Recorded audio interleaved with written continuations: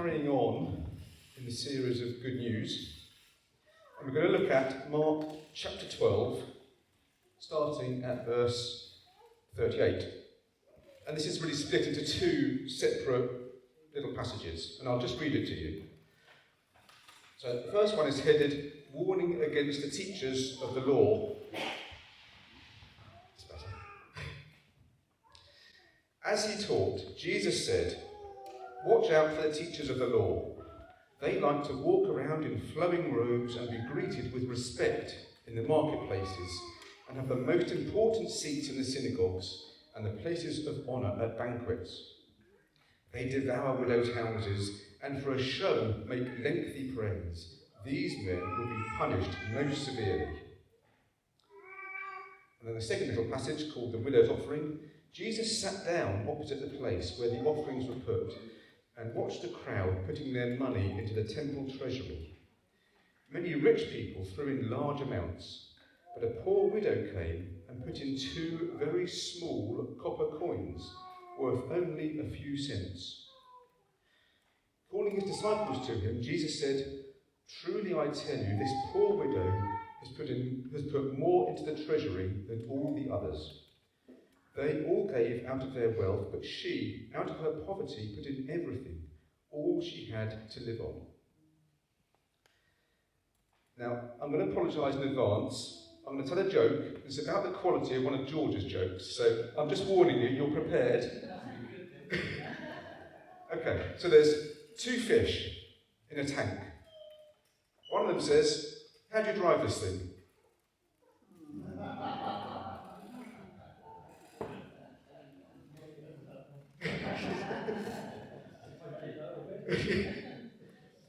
Okay, with that joke, it's easy to jump to conclusions about what it's all about.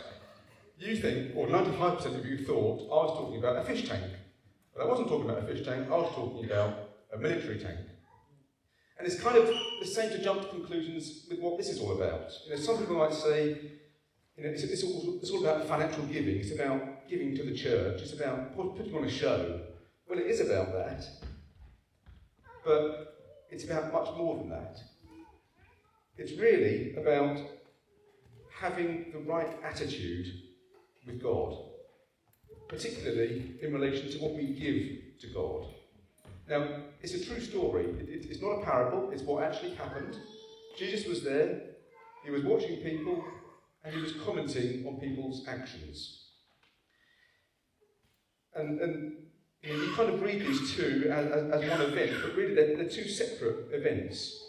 The teachers of the law is one thing, and the widow's offering is another thing. They're separate events, but they're very closely linked together. And it's all about being generous with what we have and being sacrificial, and about who sets a good example. But the other way of looking at it is that Jesus notices everything and everyone. Jesus wasn't distracted by the big show. And it's not about how we impress others, it's about our attitude towards God. It's about humility. Now, I think our attitude towards God should be fed from our knowledge and our understanding of God. It's not about impressing others or being seen to do the right thing. This is a very sort of common attitude in society. It says, "Dress to impress, the road to success begins in the closet." Very American sort of phrase, but you get the understanding of it. And this was very much the attitude of the teachers of the law. They enjoyed strutting around saying, "Oh, look at me, look at me, look at me, I'm so important. Don't you know how important I am?" But that does not impress Jesus. Our attitude should be one of humility. And you might ask, well, why should we be humble? I'll give you the answer. It's because God is so much greater than us. And then you might ask, well, how is God greater than us? I'll tell you the answer to that as well. I'm going to use a number of big long words. I'm not a fan of big long words because I'm a very simple person, but big long words can be helpful sometimes because they just give us so much more understanding. So, the first big long word, God is omniscient. This word has Latin roots. Omni, meaning all, and scientia, meaning knowledge. It's where the word science comes from, knowledge. So God is omniscient, meaning he has knowledge of all things. God knows all things in the past, the present, and the future. He knows all persons' thoughts, even before we think it. Our knowledge and our understanding is so limited, and this concept is just so hard for us to grasp, really, because our minds are just so small. But he sees everything, he knows everything. There isn't a single thing that can be known in the past, in the present, or the future that God isn't intricately aware of. He has knowledge of all things. His knowledge is infinite, is complete, and is perfect.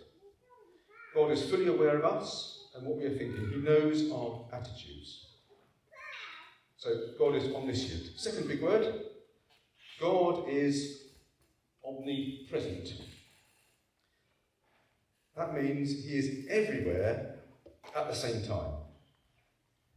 His power and his knowledge and his influence are everywhere. He created the universe, he created time, and he still controls them.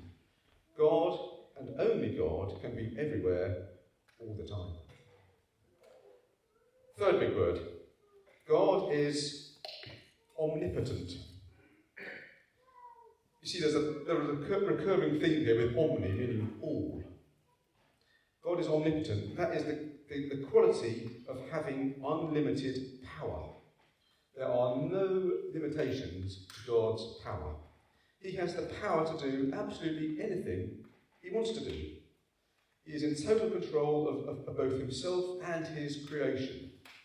And there's no power in existence than the power of God, and there's nothing in existence that God doesn't have power over. So he is all-powerful. Another big word. God is omniscient. So not only does he have unlimited power, but this one means he is unlimited in creative power.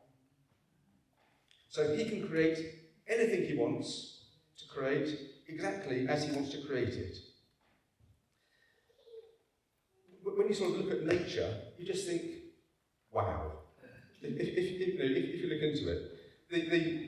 For an example, the smallest water snail, a bit random, but the smallest water snail lives in North America, and it measures 0.32 of a millimetre.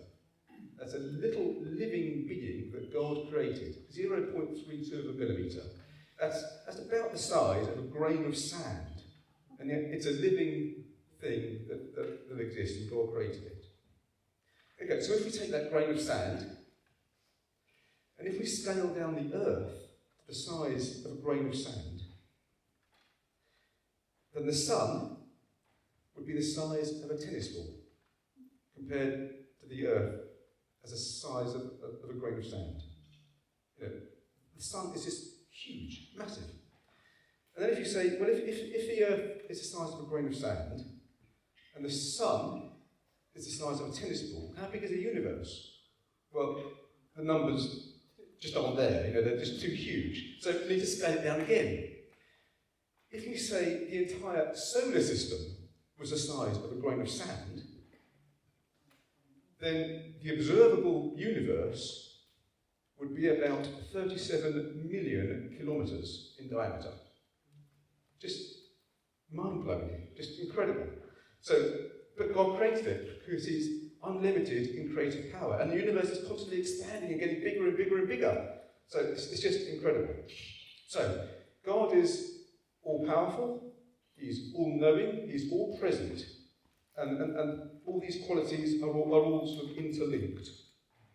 So God was able to create without limitation because of his omniscience, because of his power, that's omnipotence, and because of his wisdom, that's omniscience. And he continues to be in control because of his omnipresence. Paul says in Romans 1 verse 20, he says that God's invisible attributes, namely his eternal power and his divine nature have been clearly perceived ever since the creation of the world in the things that have been made. So those are four amazing qualities of God, which is sort of represents who he is and to an extent what he's done. But there's another quality which binds all these together, because you could take those qualities and sort of misuse them. So the final quality of God is omnibenevolent. Again, it's a Latin word, omni meaning all, bene meaning good, and volens meaning willing. If you think of somebody being benevolent, they're sort of kind and they're generous and they're good people, really. So this is about possessing perfect or unlimited goodness. So he's all-knowing, he's all-powerful, he's all-present, and he's all-good. So what does it mean to us that he is all-knowing, all-powerful, all-present, and all-good? Does it make us feel sort of inadequate and very, very small? No, it shouldn't do. Knowing these things should make it easier for us to appreciate him and what he's done, and to trust him, that he is in control. As I said before, our attitude towards God should be fed from our knowledge and our understanding of God. This is about us feeling humble in the knowledge of just how incredible he really is. Now, we're not talking about some sort of fictional superhero with amazing fictional superpowers. We're talking about a living, real-life God with amazing powers. So what's our response? How do we relate this to the passage we looked at earlier? Well, there's a few other verses. James 4 verse 10. Humble yourself before the Lord, and he will lift you up. Another one. 1 Peter 5, 6 and 7. Be humble under God's powerful hand, so that he will lift you up when the right time comes. Give all your worries to him, because he cares about you. Another one. Proverbs 3:34. God is against the proud, but he gives grace to the humble. So it's about us having the right attitude of humility towards God. Now, if you're fortunate or lucky enough to be able to travel by plane or train at the moment, by some odd chance, then there will be a pilot or a driver in control. And we kind of rely on them, and we trust them, and we have respect for them and their abilities. We know they're there, but we don't necessarily see them. You know, we just sit back and enjoy it. We know they are in control. We don't interfere with them, we don't question them, we don't say, oh, I wouldn't do it like that, I'll do it like this. We just let them get on with being what they're good at. And it's the same in life, really. It's a question of letting go of our self-centeredness and letting go of our selfish ways and letting go of our pride, and instead relying on God, who is in control.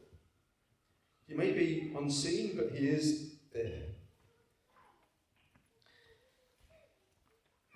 Coming back to sort of the question that we kicked off with, about who sets a good example in the passage we looked at. Well, the ultimate answer has to be that God sets the perfect example, and it's only right that we respond to this. I'm going to tell you a true story that happened to us as a family about 10 years ago, I think it was. It was me and Jo and our two girls, and we had a day out somewhere. I can't remember where it was, but on the way back, we stopped off in Hazelmere. And we were walking down the high street, and I saw something on the ground in front of us. It was a wallet. And I sort of picked it up and looked at it, and it was full of cash and cards and personal information, and someone clearly dropped it. So I looked around, nobody around whatsoever who was looking for a wallet. So I thought, what do I do now? Now, it shows how long ago it was, because I asked around, is there a police station in town? And yes, there was. Wouldn't be now, but it was then. So we took it to the police station. I said, we found this wallet. on the ground in the high street. Can you make sure it gets back to whoever it belongs to? And they said, yeah, right, so leave it with us. Took our details down, and I thought that was the end of it. A couple of weeks later, I got a letter in the post from the owner of the wallet, whose name was Mr. Luck, as it happens. And so this letter from Mr. Luck said, thank you so much for finding my wallet. Very grateful to you. It's now been sent back to me, and I've got everything that I used to have. It's been reconciled with me. Thank you very much. So that was great. It was a lovely end to the story, and I'd done my good deed for the day. Going back maybe 20 years, when our kids were very young in sort of pushchairs and whatever, we were walking down Worthing High Street, and I saw something on the ground in front of me. It was a note. When I say a note, I mean a note like this. I can't honestly remember whether it was a £5 note or a £10 note or whatever really. And so I picked it up, had a quick look around. Nobody looking for it in my pocket. Finders keepers. Now, was that the right thing to do? I don't know. Maybe I should have taken the £10 note to the police station and said, we found this on the floor, it clearly belongs to somebody, can you make sure it gets back to who it belongs to? Maybe I should have done that, but I didn't. Money was tight at the time. So that was in my pocket.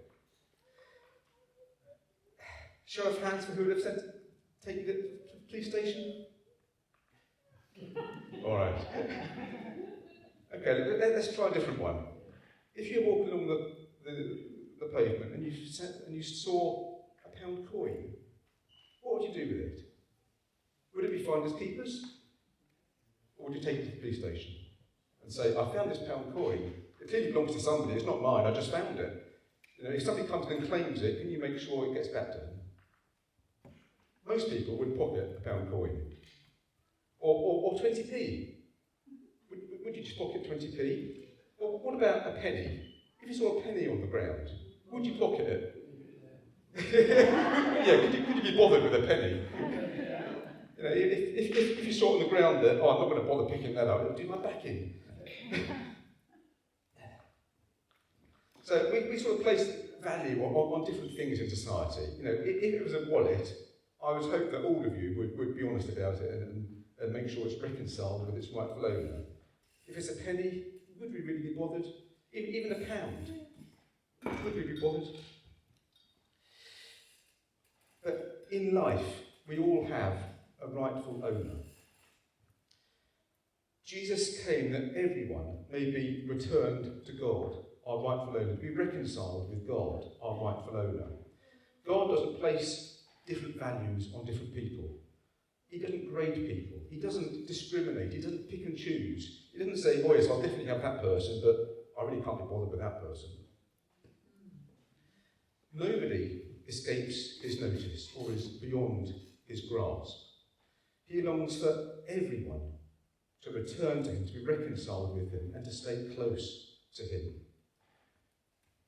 Everyone should be returned to their rightful owner and can be part of God's family, whether they feel like this or whether they feel like this. Jesus makes it very clear that the offer is available to everyone. No one is excluded.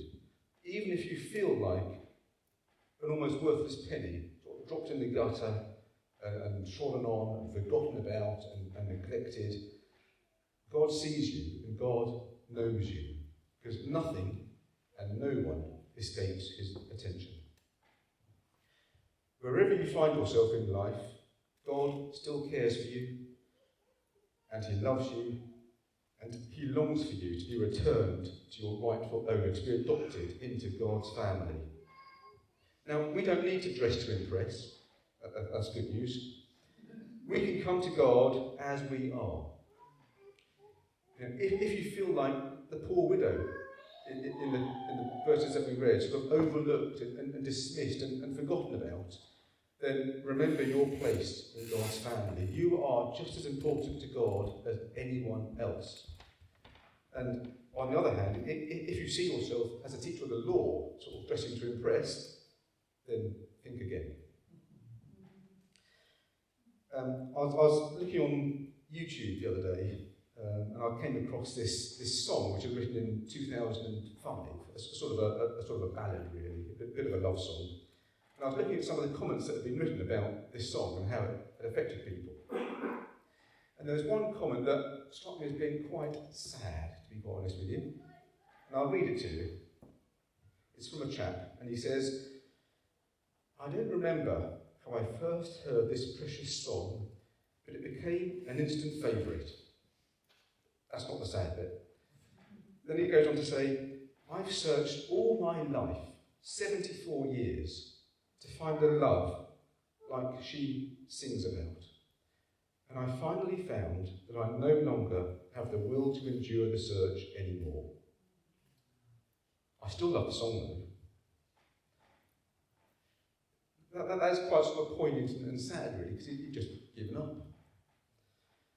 But if you look at the Bible, it's effectively a big love story, and it's for everyone. No one is excluded. There's no age limitation whether you're 74 or whether you're 4. It still applies to you. And kind of the only thing preventing you from accepting God's love and living in God's love is your pride and your stubbornness and your fear and your feeling that you don't deserve it or you're not good enough. God longs for us to be reconciled to him, and this is really fantastic news. Just to wrap up, just as I was working through this, it brought to mind a Christian song from about, I don't know, maybe 30 years ago. And it'd be good just to think about this and sort of say it as a prayer. It says, "So come to the light, come as you are. You can be the friend of God. Humble yourself. Give him your heart. He will meet you where you are."